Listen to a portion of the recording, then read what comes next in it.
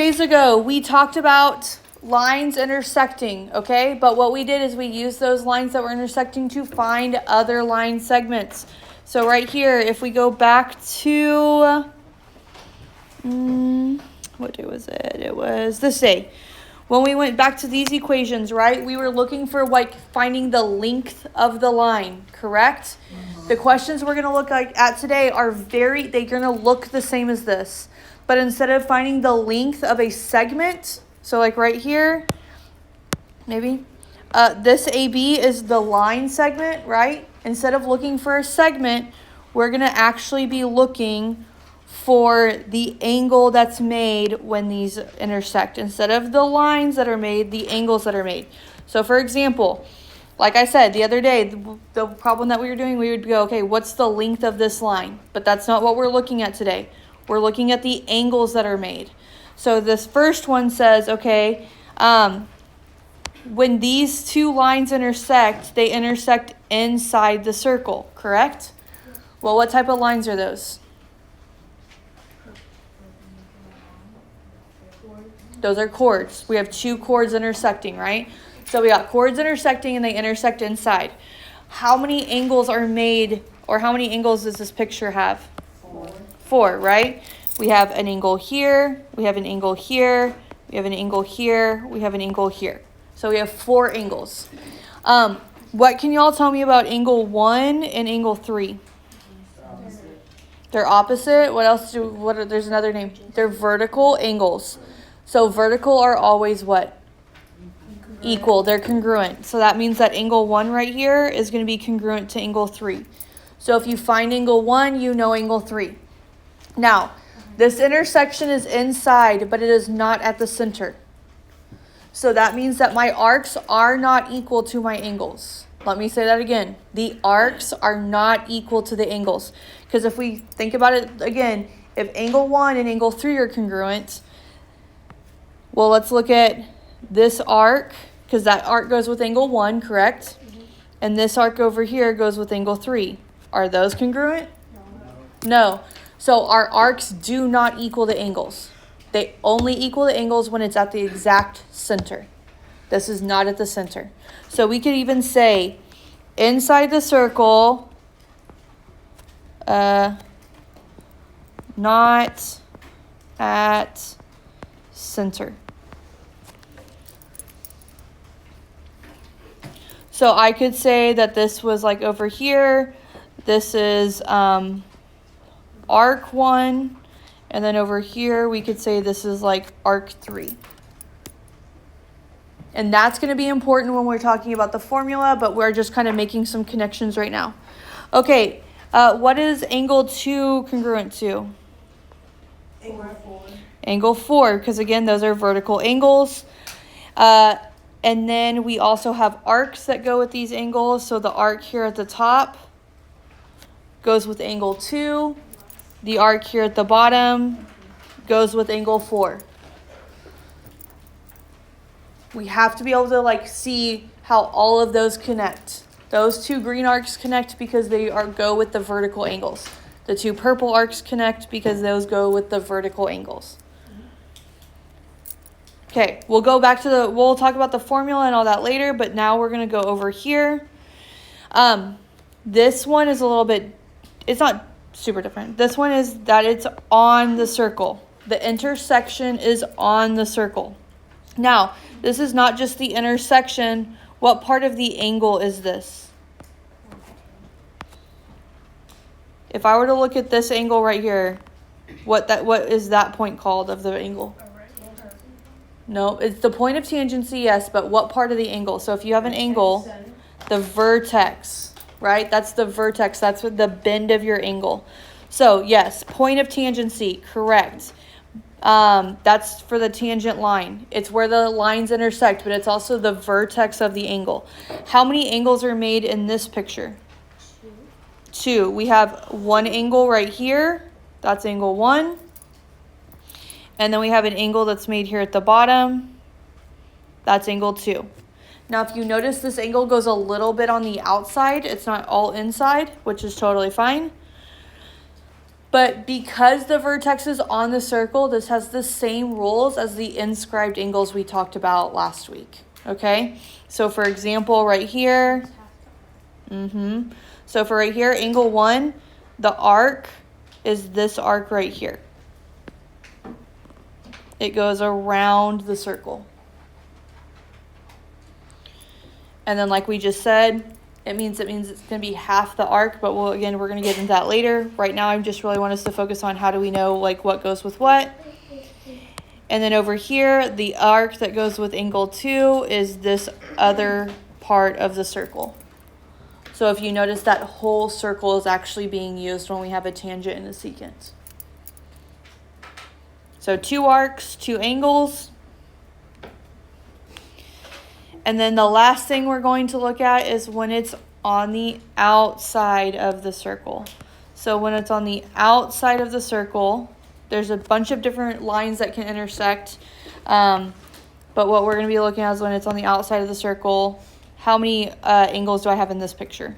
1. I only have 1. I have this angle right here. Now, how many arcs do I have around the circle? 4. I have 4, right? I have this arc that goes up here. I have the arc this arc is inside my angle. I have another arc outside the angle, and I have another arc inside the angle. The arcs that we're going to use when we look at the formula are the arcs that are inside your angle. So we have this arc right there, and we have this arc right here. One thing we are going to be looking at is that we have a big arc. They're never going to be equal to each other. This is a big arc, and this is a small arc, and you're going to see why that's important in just a second.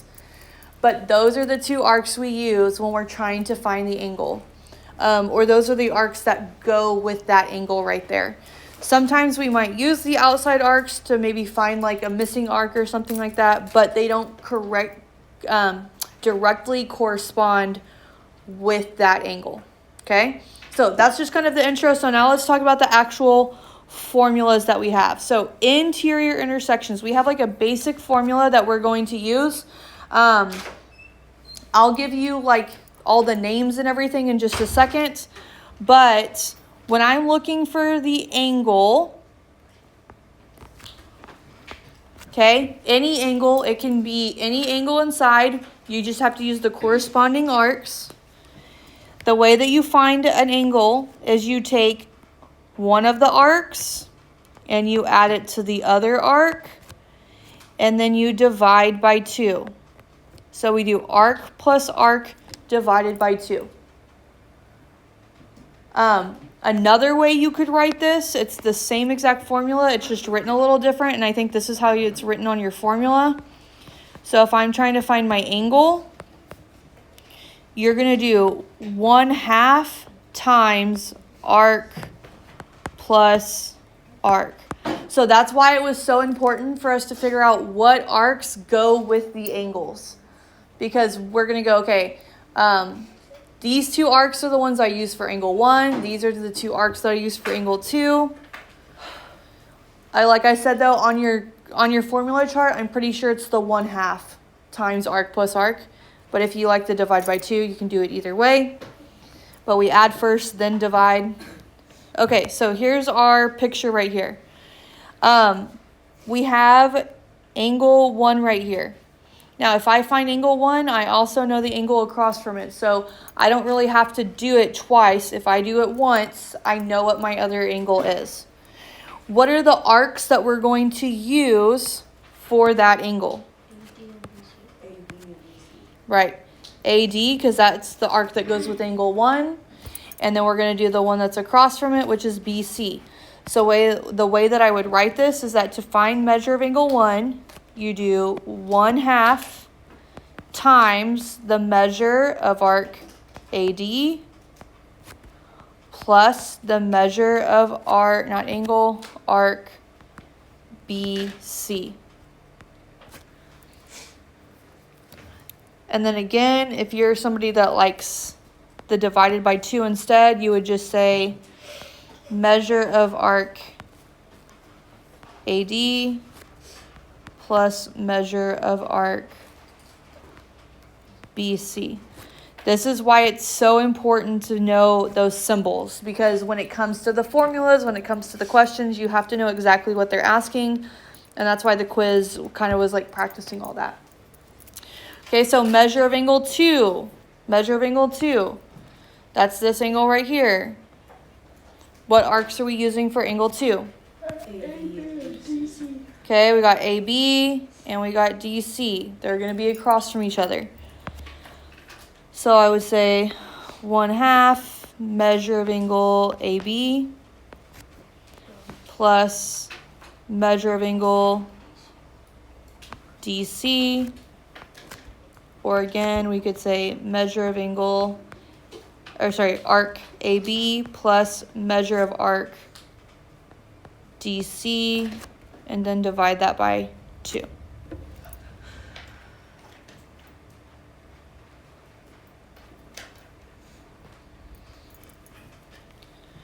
For all of these, we're going to have like obviously problems like we have right here that's just pretty straightforward, okay? Some of them are obviously going to be a little bit different so that because they're practicing your logic skills. How do I use all these connections to solve for what they ask for? But the other way that you might see it is going to be something like this, where if you notice, they give you the angle 62 right here. They give you an arc 74 right here, but they want you to find the other arc.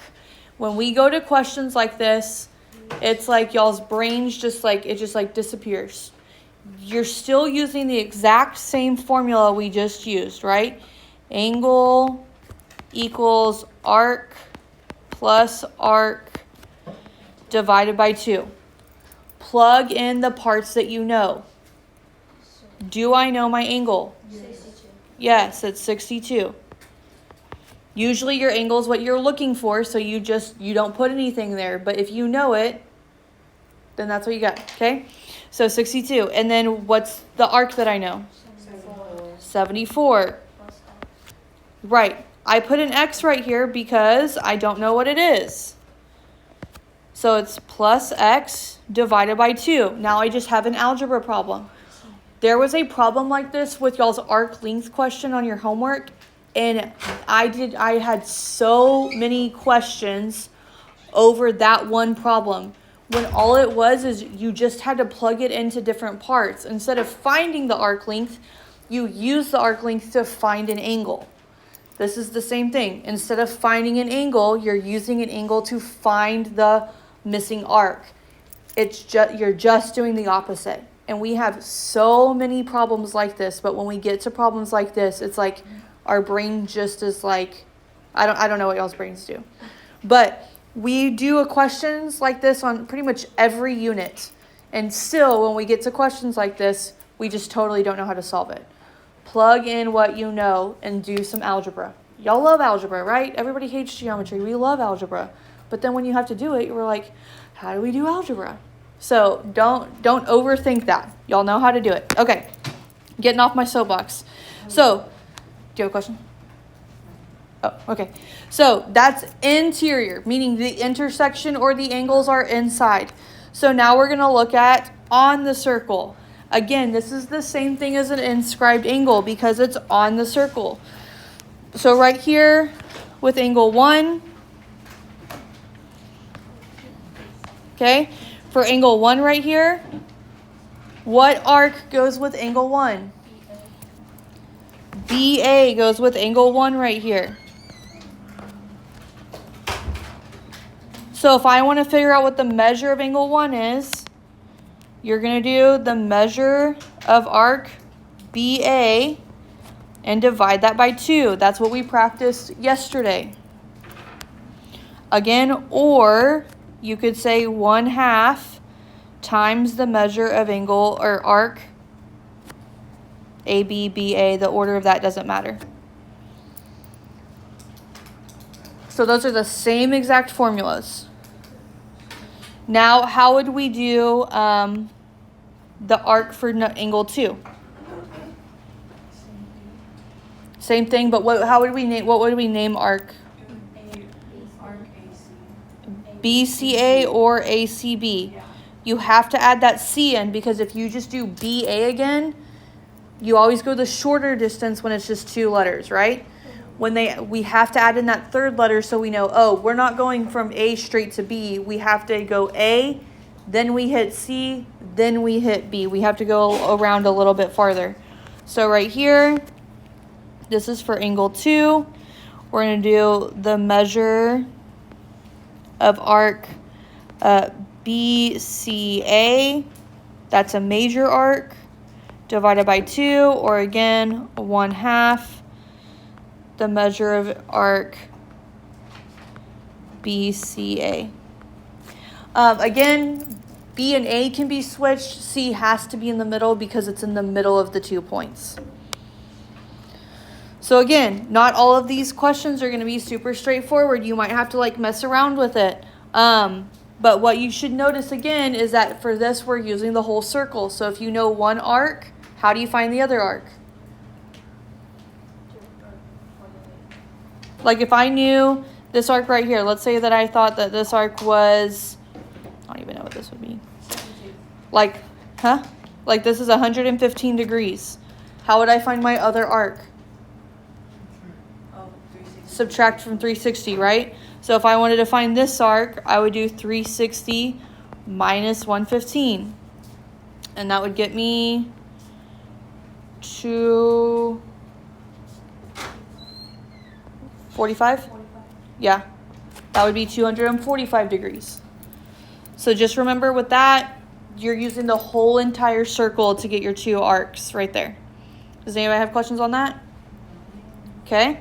The last one we're going to look at, oh, it's on this page, is down here. This is where it's on the outside. So again, we're going to just do like a general statement, and then we'll talk about like the parts and stuff. So our general statement is if we are finding the angle that's on the outside, instead of arc plus arc, we're going to do arc minus arc. Now, this is why big and small matter. What has to go first? Big has to go first. So it's the big arc minus the small arc, and then we divide that by 2. Everything is divided by 2. Again, or we could say angle equals 1/2 times big arc minus small arc.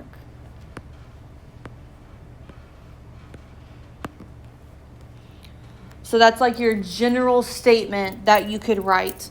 Arc minus arc.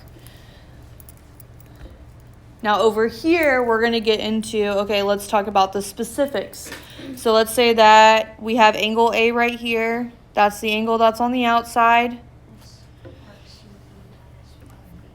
Right, the arcs that go with this are the arcs that are inside. So right here, CE and BD. Those are the only 2 arcs, even though there's 4 arcs, those are the only 2 arcs that we can use to find our inside angle. So obviously this is my big, this is my small. So I would say 1/2 measure of arc CE minus measure of arc BD.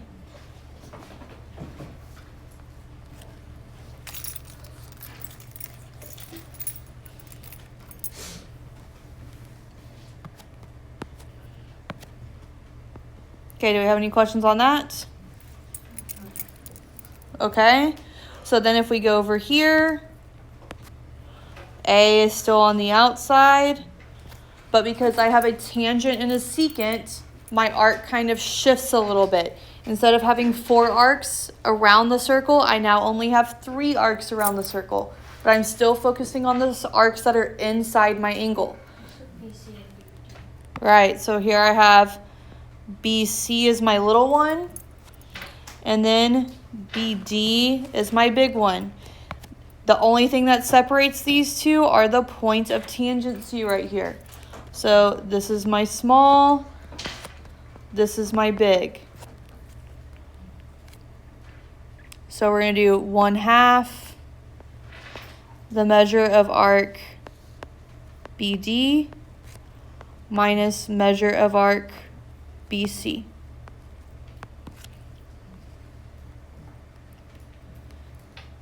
And then we have one more. Here again, we have our angle on the outside.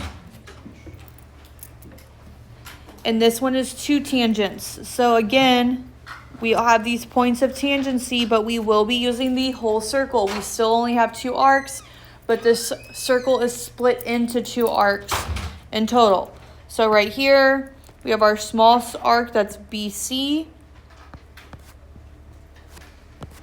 And then we have our big arc, that would be BDC.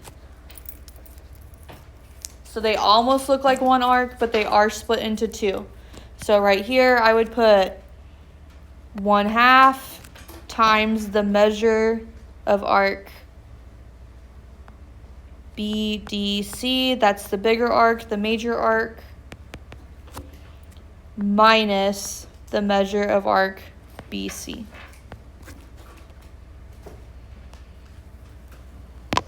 Okay, so those are the formulas. That's how everything relates. This is going to be the time for you to go ahead and practice, see what you understand, see what you don't understand. One thing I hopefully y'all have noticed is that on Canvas, I did end up posting all of the homework keys up until like everything that I've stamped up until this point. This unit has been a lot of you have to kind of figure out and practice what you don't know and all that kind of stuff. So homework keys and note keys are up on Canvas, so you can look through the notes that y'all have been working through, work through the homework that you've been working through, and see, hey, I got these right. I know what's going on. Hey, I thought I got this right, but I didn't. It's wrong. I either need to ask a friend or I need to ask Ms. Flores. A lot of this is ownership about you figuring out what you know, what you don't know, and what you need to do to make sure you understand it, okay? So all those keys are on Canvas. When is your test? Tuesday. You already have your review in your homework packet. The last pages in the back of your homework packet are your review, okay? So we need to just be making sure we have 2 days to review and 2 days to just go, I don't know what's going on, or I do know what's going on.